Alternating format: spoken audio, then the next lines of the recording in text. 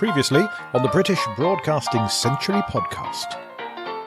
While our main timeline finds us in 1923, we've leapt forward for a couple of episodes to 1924. King George V has given his first radio broadcast, and millions have heard his royal voice echoing throughout the land on loudspeakers hung in high streets, in parks, and from shop windows. But weeks later, can the BBC find similar success with a humbler, simpler sound from a Surrey garden? Music and nature in harmony together?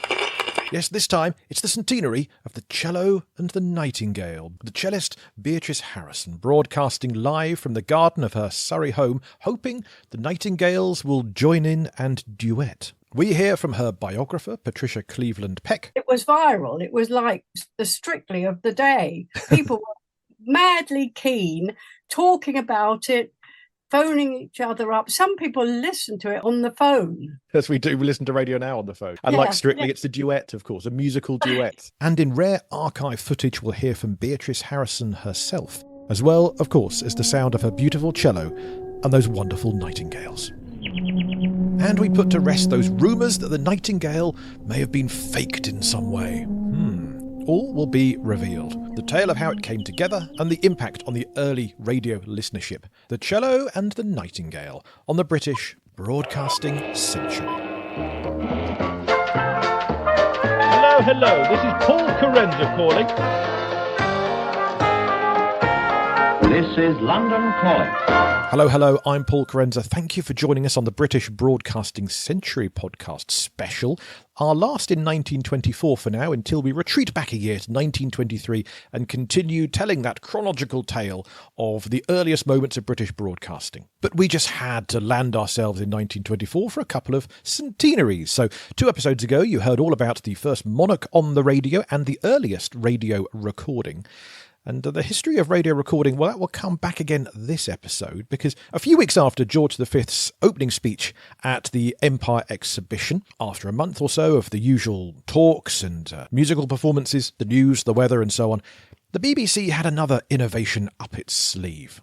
It decamped to a Surrey home, and there in the back garden, Beatrice Harrison, the famous cellist, struck up her bow and hoped that the wildlife of her garden, particularly the nightingales, would join in. And they did. So popular was it that this became an annual fixture every spring on the BBC for over a decade. Now, normally before I start recording for this podcast, I close my windows here so the sound of birdsong won't come in from our garden. But today I thought, well, it's a beautiful spring day here and I have a Surrey garden. I'm not quite in Oxted, where Beatrice Harrison was. That's about an hour away from me here in Guildford. But it's a bright, beautiful day. The birds are singing. Occasionally a plane flies overhead. You may hear that as well. But that also feeds into this story of the cello and the nightingale. The first outside broadcast of nature. Or was it? Was the nightingale faked? Was there one before? All will be revealed this episode. And guesting on this episode, Patricia Cleveland-Peck, the writer and historian who knew the Harrison family well. She'll tell us all about the Beatrice tale. Delighted to welcome to the podcast now, author of The Cello and the Nightingales, The Life of Beatrice Harrison, new book out now, Patricia Cleveland-Peck. Thank you for joining us. Pleasure. I'm happy to be here. Lovely. Well, thank you so much. I mean, who else could I speak to in this centenary moment of the cello and the nightingale? Because could you first of all tell us about your involvement in this in the past? The book, yes, the radio certainly. play and so Well, on. my involvement with the story is really personal because I came to it as a writer rather than as a musician, because I knew the family. I knew her 2 sisters. Beatrice had died about a year or so before I actually met them. But my husband and I, we were newly married and we rented a cottage on their estate and became very friendly with the 2 old ladies. And they often invited us to tea and to drinks. And we heard these stories about the Nightingales and about the music over the tea table. And at first we knew very little about it. We didn't know what the Nightingales were. Is it an opera we've never heard of? And I decided that these stories were too good to lose. It's one of those landmark things people talk about. We just assume has always been there. But there's no one around really now who would have remembered hearing it particularly. I was lucky because I did come into the story at the very tail end of people that had actually been involved. So I had the idea of writing a book about the four sisters, because the four Harrison sisters were all very, very musical. Two violinists, a cellist, and a singer. And none of them married, all devoted to music, certainly in their younger years. So I was going to write this book, but in doing the research with Margaret Harrison, the youngest sister, who was then, I suppose, in her 70s, they never threw anything away, which is absolute bliss to a biographer. Everything was there. I don't know what biographers are going to do in the future with emails and things, but we had laundry lists, we had concert programs, we had letters. And eventually, out in the stables in a box, we found the manuscript that Beatrice herself had tried to write at the end of her life. Wow. And of course, this was absolute gold dust, because immediately I looked at it, I thought, this is her voice. I don't want to incorporate this into my book. I want to make this her book. And that's what I did. But she had written it from memory. She hadn't consulted all the many concert programs and got it all in the right order. So I spent time reorganizing it into years and so on. The book came out, and that sort of caused a little bit of a renaissance for Margaret Harrison. She was a very first-class violinist in her time, but she got out of it. That brought her back into it and certainly brought Beatrice's name back into the contemporary cello scene. I did it just to get the story out, because it just struck me as such an amazing achievement to have got the BBC down there. And it was a fledgling BBC. It was a BBC that they didn't even record. They broadcast. This is where we've had a lot of controversy recently. We'll certainly get to that. Absolutely. Yeah, because the first broadcast was just literally a broadcast. And in those days, in 1924, and slightly prior to that, it was a one-off. If it didn't work, you had to do it all over again.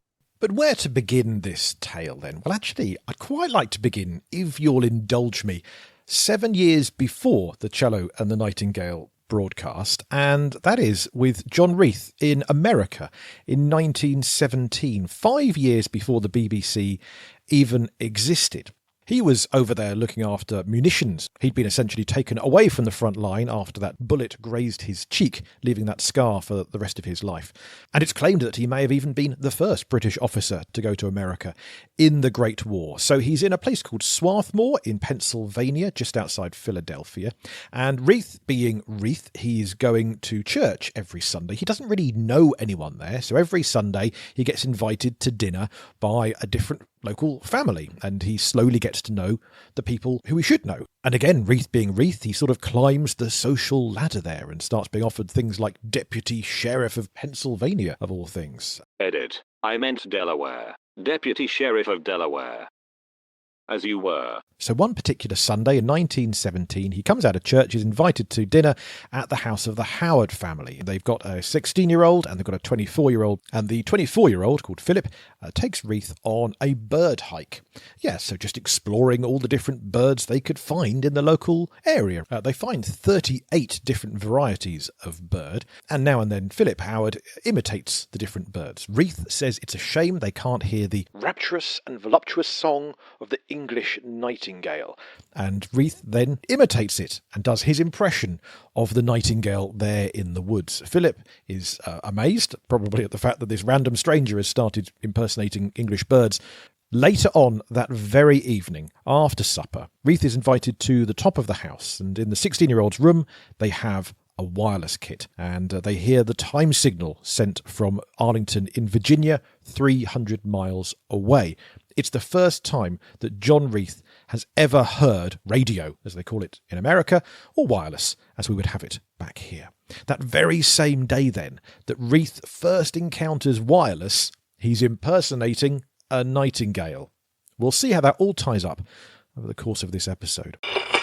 flash forward then to the BBC, the first couple of years, and the first outside broadcast happened on the 8th of January 1923. The broadcasting of opera that convinced Peter Eckersley to stop mocking the BBC on 2MT Riddle and join them as chief engineer. Once he'd heard what you could do with an outside broadcast, he knew the rest was all about scale and scope and where you can take it from here. Well, it turns out you can take it out and about. And by the end of 1923, there was a Clear plan in place. according to Arthur Burrows, the director of programmes in the Radio Times, to broadcast a Nightingale. On Saturday evening, November the 24th, 1923, Captain Eckersley demonstrated to this right little compact little island that he had out-Darwined Darwin, that he had discovered the missing link. The link is a baby wireless transmitting station, not even christened with call letters, which can be carried from place to place and renders unnecessary the use of telephone lines between the building in which an entertainment is happening and the wireless station broadcasting that entertainment.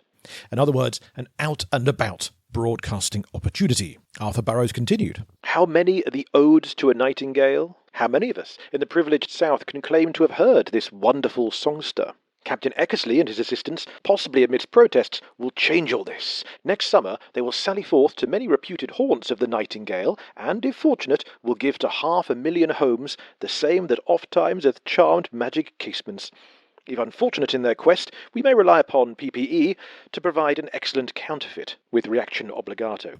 In other words, just to decode that, Captain Peter Eckersley, PPE, had a history, in the 2MT Riddle days, of imitating performers, pretending that he had a guest artiste with him when actually it was him doing an impersonation for fun. So Burrows is here making a joke of the fact that if the Nightingale doesn't sing, perhaps Captain Eckersley could impersonate it. We'll see later this episode how that ties up in a certain urban legend. As for the very idea to broadcast the Nightingale, well, Beatrice Harrison, the noted cellist, suggested it to Rex Palmer while she was at London 2LO giving a performance of Elgar's cello concerto with Elgar himself with the baton in front of her. She knew that at her Surrey home, the Nightingales did love to sing when she practised playing the cello outside in the beautiful garden there. And someone who later lived on that premises, Patricia Cleveland-Peck. Beatrice was very familiar with the BBC, in as much as several of her concerts, the Elgar, etc., had been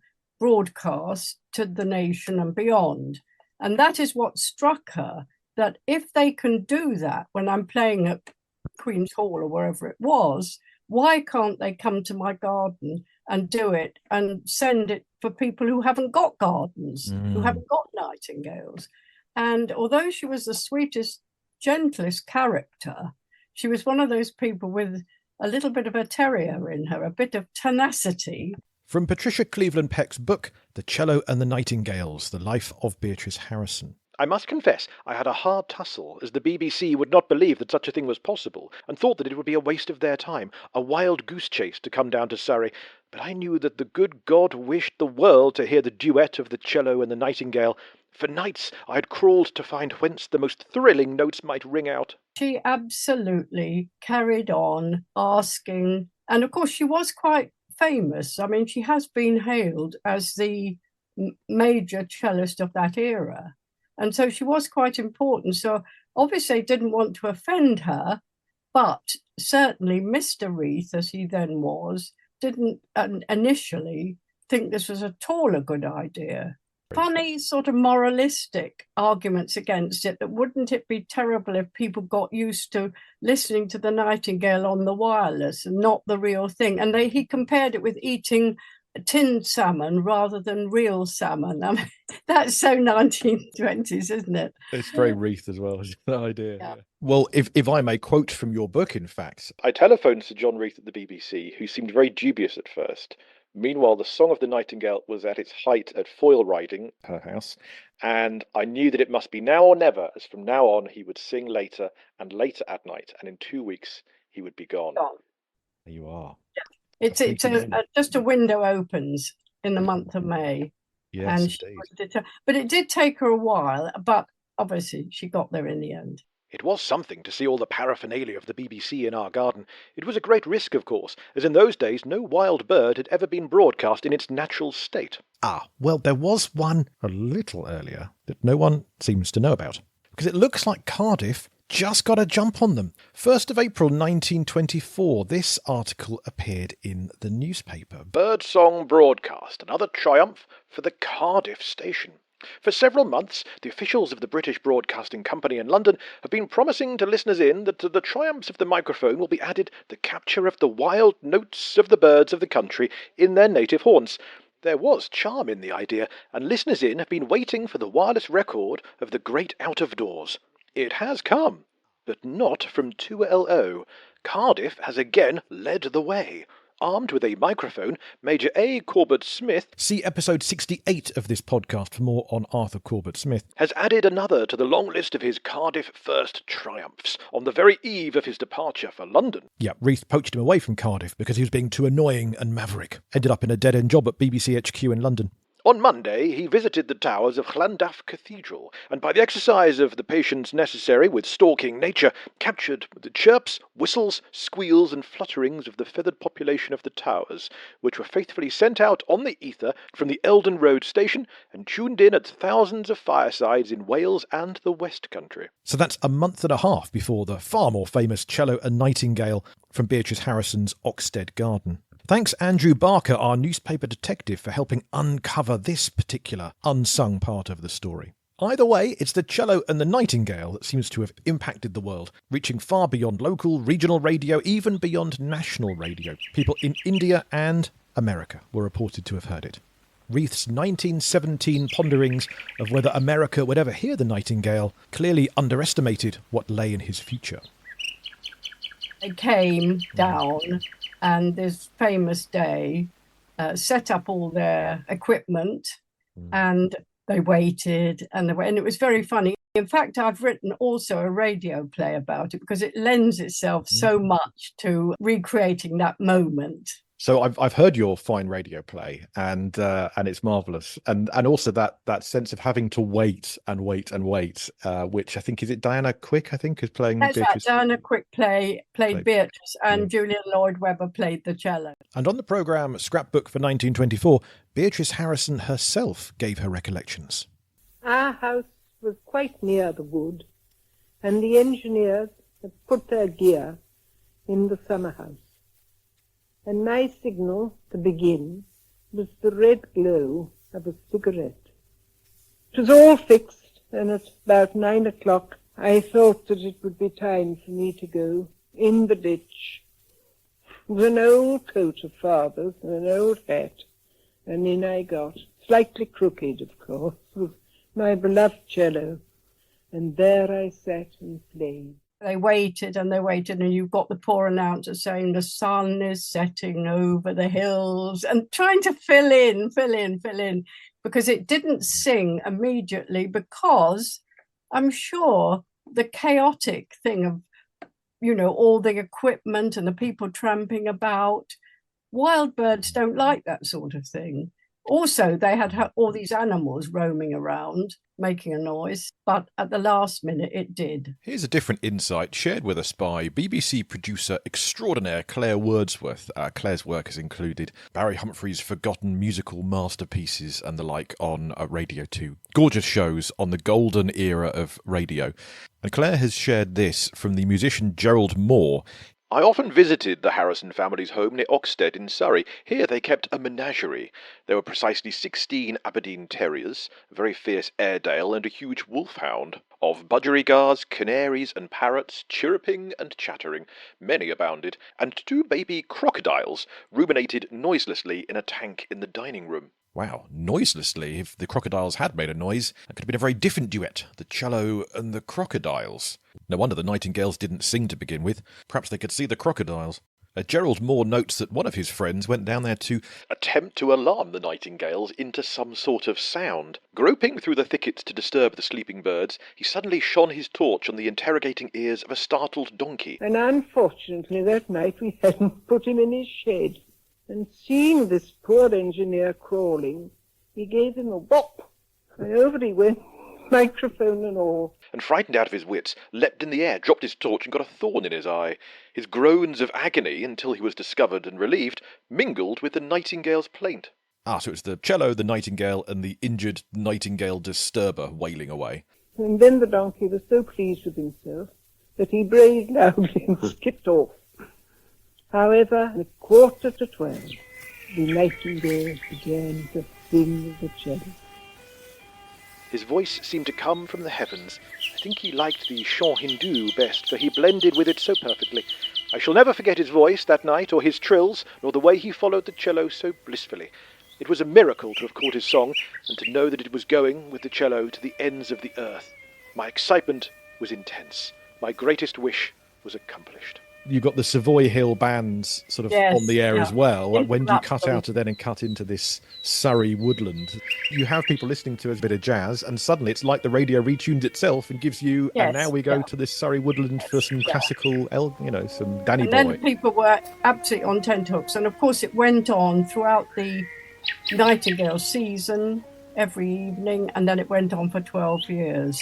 We've got some pictures, of course, as well, which we'll share on our social media pages and things. You can see the engineers down there in the garden. You can see what it would have been like. And the equipment, which is a bit beyond me, but they apparently had a really good new broadcasting magnetophone microphone. Ah, yes. Well, I know we have one of our listeners to the podcast and on the Facebook group is the grandson of Captain Round, who invented that microphone or innovated it. Good. Captain Round's latest microphone made all this possible. Go back to the early episodes of this podcast and you find broadcasting being made possible by shouting into microphones, just like a telephone handset. That's how Melba was heard throughout the Northern Hemisphere. How Lauritz Melchior, the Danish tenor, thought he could be heard back home, although his shouting just broke the entire station. But now Captain H.J. Round has innovated this brand new wonderful microphone. Well, I say that, even Captain Round himself acknowledged that he was standing on the shoulders of giants. From Wireless Weekly, 7th of May 1924, a letter from Captain Round himself. Dear Editor, I have read with interest your article about the 2LO microphone, and I should like to be allowed to correct one or two points. Firstly, the microphone is constructed on the basic principles evolved by Mr. Adrian Sykes in a number of patents of his. Certain detailed patents and improvements rendered necessary by the requirements of broadcasting and the present designs are due to myself working for the Marconi Company. We call the microphone the Sykes microphone, not the Round microphone. Well, I've heard some call it the Round Sykes microphone, others call it the Marconi Sykes microphone. Ultimately, it is the Round Sykes microphone. If the name Round is not in the title, it's only because Captain Round was far too modest to want it there. As indeed the editor's comment added after his letter to the Radio Times. Captain Round's tribute to Mr. Sykes in no way minimises his own very valuable work in developing the microphone for broadcasting. Crucially, this microphone meant you could pick up detail. Like, for example, a bird singing in a tree, not immediately near the microphone. So, armed with this microphone, a large portable A amplifier, a few batteries and a drum of cable, the Assistant Chief Engineer of the BBC, A.G.D. West, and his assistant headed down to the Surrey garden of Beatrice Harrison. They installed all this equipment in one of the summer houses. All of this kit was linked up then to Beatrice Harrison's house and to her phone line, where it was then essentially sent via cable to Savoy Hill in London. And, of course, the newspapers went crazy for it. From the Daily Sketch. With astonishing clearness, the liquid notes of a nightingale singing in the Surrey woods at Oxted were heard by many thousands over the wireless last night.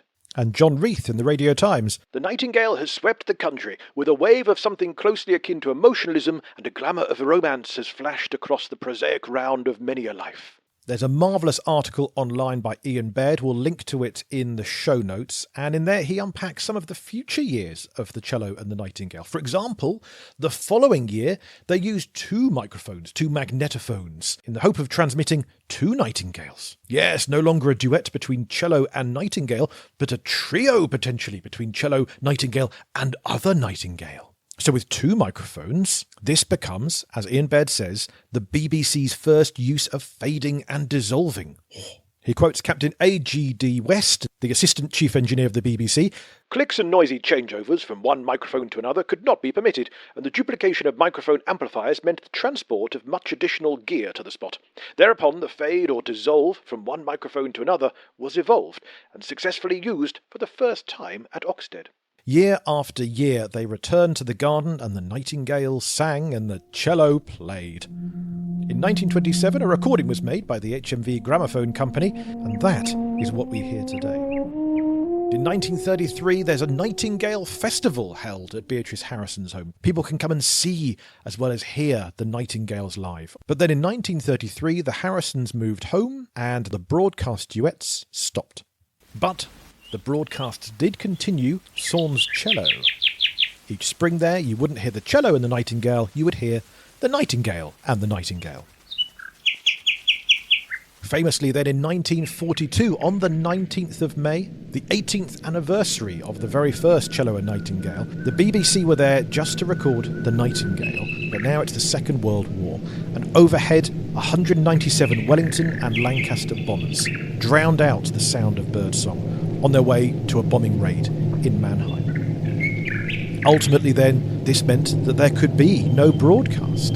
Germans could be listening in and deduce where the planes had taken off from. But it was still recorded. So while listeners at the time didn't hear it, we can now. When the aircraft returned back, there are 186 bombers instead. 11 planes never made it home. And when the warplanes pass, the birdsong continues. It's one of the most cherished recordings of the 20th century. And despite its lack of traditional music, it's still chosen now and then on desert island discs. Maybe then we should start talking about this thing that we've been hinting at, which is this myth, accusation, whatever you want to call it. Yes. Did the Nightingale sing, or was it a human imitator? So this accusation seems to have come about a few years ago particularly, but I've seen evidence. I've heard it. I heard it in the 90s. I heard it in the 90s. So did her sister. What it was the descendants of this Madame Soberon, she's got several names, who claimed that she had been called in by the BBC in case the Nightingale didn't sing. Well, we know there were murmurs very early on indeed. That article we quoted earlier even had Arthur Burrows suggesting Peter Eckersley might imitate the Nightingale if it didn't sing. That was back in 1923, 6 months before the Cello and the Nightingale's first broadcast. And then this from 1933, Popular Wireless magazine. P.P. Eckersley writes, "Hearing is believing, but so adept has broadcasting become in faking the real thing, many people did not believe those Nightingale broadcasts were true." In 2009, natural historian and bird enthusiast Jeremy Minot wrote in his book Birdscapes of how he had played the recording of the Cello the Nightingale to other experts. One said it sounded very odd, one said it sounded okay. When they looked at the sonogram, the sound picture, they did notice it contained unusual elements. I also played it to good bird watchers without telling them why. Half said, yes, it's a nightingale. The other half said, not sure, something funny about that song. I do wonder if it is really a nightingale at all. I'm convinced it was Madame Soberon. Madame Soberon did exist, and she was a professional bird imitator. When it first was mooted, I said, well, of course, if they can produce some proof, we'll have to believe it. And rather than believe somebody who could produce no proof, I mean, the BBC doesn't employ people without some sort of documentation. Had they produced an invoice or a letter or a commission to this, okay, I would have believed it, but nothing was forthcoming. And this was all revived then in 2022 when Private Passions on Radio 3 featured Professor Tim Birkhead. The press release for this programme became the basis of a Guardian article when the BBC's history department was approached about this accusation of using a human instead of a nightingale for that first broadcast. The BBC essentially said, well, possibly. But that then became this Guardian headline. The Cello and the Nightingale, a 1924 duet was faked, BBC admits. Wouldn't quite say the article says they admit it. They said it was possible. They didn't really look into it at all. And there's no real evidence. I don't mince my words in my afterword in this book. I think it's extremely sloppy journalism. A lot of statements were made which should not have been made. We'll leave it at that because it's all in the book, what I think of it. Now, I don't want to cause any more, it's over now. Nightingale sung several times. For a start, there were evenings when no nightingales sung and wasn't covered up. There were no people brought into West. It was just said, didn't happen. Yeah, absolutely. And I think the only reason I sort of mentioned it at all is that I was chatting to someone last week about this centenary. He had heard of the Nightingale, the Cello Nightingale story, but little more than that, and said, oh yeah, didn't I read somewhere that was all faked? And I think this is the problem. This is the final thing. I think it was Leonard Berkeley who said at the end of the comments about this, I shall never listen to it in the same way again. And that is what annoyed, I wouldn't call us the Beatrice fans, but the Beatrice supporters, because Indeed. it's wrong that her reputation should be spoiled for something that wasn't true. I listened back to that interview this morning. You can hear they sort of hint at things and discuss things, and already there's a problem where he says, the BBC decided to make a wonderful live recording. Recording. You see, all of this then is based not on any BBC broadcasts, but on the HMV gramophone recording from 1927. I've looked through the BBC Sound Archive records, and I don't think there's any broadcast that could have been ever recorded. The broadcast duets stop just at the point that the BBC start recording the occasional thing. So yeah, anything you ever hear of Cello and Nightingale is not the actual BBC broadcast. They played the experts the wrong thing. What they were listening to was the HMV recording. It was sort of ironic that they were all discussing the wrong thing. Yes. And even then it's guesswork. Even then they're going, well, it sounds like it might be, could be in 1927 in a recording. And in fact, I noticed on the Private Passions BBC programme page, I just noticed this morning, after all the blurb about what's on the show, and I've never seen this on any BBC programme website before, it says a correction.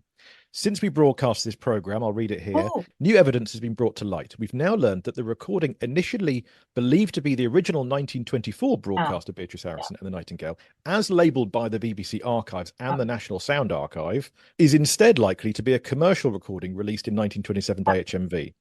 Not likely, it is. Labelling has now been corrected to ensure this mix-up won't happen again. Suggestions that the Song of the Nightingale in 1924 may have been sung by a siffleur are not new, but probably impossible to verify, since it seems likely the original 1924 broadcast was never recorded, as recording technology didn't exist at the time. Claims about the real bird being replaced in 1924 by professional bird imitator Madame Sabaron are based on written testimony, it says here, to the BBC from relatives of Madame Sabaron, as well as accounts from Madame Sabaron herself. There continues to be competing accounts of this extraordinary musical event, as well as huge public interest, demonstrating just how important the story of Beatrice and the Nightingale is in the history of broadcasting. The legacy of the Cello and the Nightingale, of course, went on for decades. Here's a reminiscence from a Jackie Sop on our Facebook group. Do find us on Facebook, British Broadcasting Century. We have a page and a group, and Jackie added this comment there.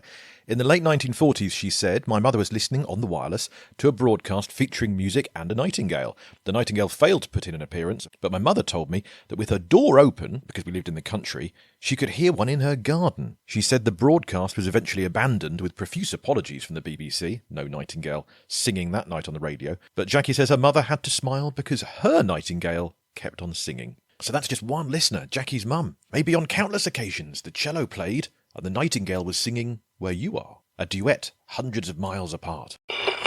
What I've done in this book is it's exactly the same book as Beatrice wrote, but I've done an afterword in which I gathered together as many of the Beatrice-related events that have come about since the first edition in the 80s.